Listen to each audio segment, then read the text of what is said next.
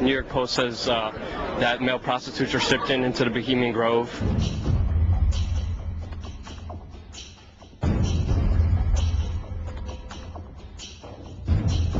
Can you tell us what happens there? You actually believe all this junk? Bill Clinton said that Republicans run around naked in the woods there. Did you say the Bohemian Club? Yeah.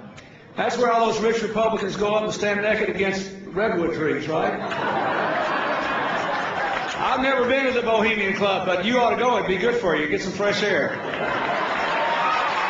And you don't want to know what Richard Nixon said about the place. The Bohemian Grove that I attend from time to time, the Easters and the others that come there, but it is the most faggy goddamn thing you will ever imagine in San Francisco crowd, because it's just terrible.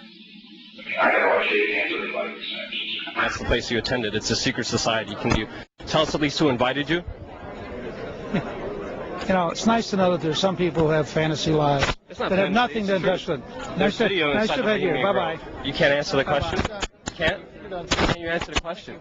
See you later. Fantasy lives. It doesn't matter that the elite meet in secret at their power-hungry, power-grabbing, you know, smoky room meetings, including the Bohemian Grove. It's fantasy. Now, it's not fantasy because Alex Jones, this office, has done so much research on the Bohemian Grove, as have others in the alternative press. Let's look at actual photos from the annals of the Bohemian Grove with some of Newt Gingrich's fantasy life. There's photos of different people attending the cremation of care ceremony. This is from 1990, published date. Oh, and there you have Jimmy Carter, some other bigwigs. Jack Kemp used to be a VP candidate, the Bush father and son team, and Newt Gingrich. Fantasy life at the Bohemian Grove, which he knowingly attended but refuses to speak about because they don't want the little people to know.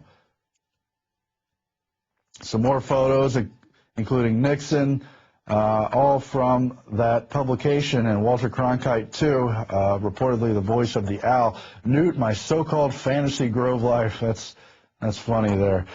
Finally, we haven't covered much economic news tonight, maybe because it's a little technical and hard to follow for a lot of people, including myself. So to simplify it, we have a clip here just really breaking down the economic chicanery and scams going on, the Boss Hog clip. Let's go to it now. Boss, can I ask you something? Yeah, what? Why would you extend credit to those carnival people when you know they ain't got a dime in their jeans? All right, I'll tell you. Because that's the best time to extend credit to anybody, Cowbill.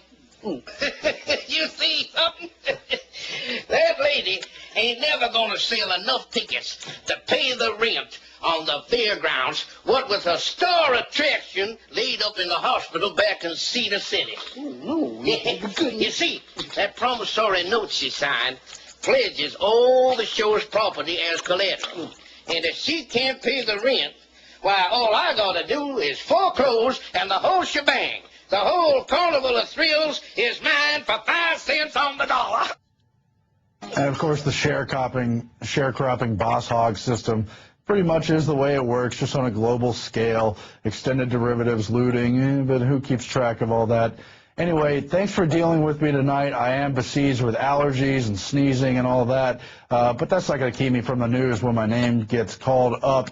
I also want to mention before we go to our quote of the night and then back from break, a noble lie on the Oklahoma City bombing. Not only do we carry it at Infowars and we need your support, it's one of the best documentaries I've seen. It's so well put together, and I know the crew that made it there in Oklahoma had so many ups and downs. It really is difficult to produce a well-made movie, but this one is so well put together. So many clips a lot of people have never seen. Shed a whole new light on it for me. I think it will for you, too. It was so popular, it's sold out within days. Now they are back in stock at Infowars.com. So don't forget that and many other products we have at the Infowars.com store. Finally, before we go to break and come back with Paul Joseph Watson on Iran, we have a quote from JFK. Let's go to that now. And this quote from the Secret Society speech he gave some 10 days before he was assassinated: "The high office of the president has been used to foment a plot to destroy the Americans' freedom. And before I leave office, I must inform the citizen of this plight. John F. Kennedy." And we are going to break now, and we're going to show you the clip where Alex interviews an autistic child and his father.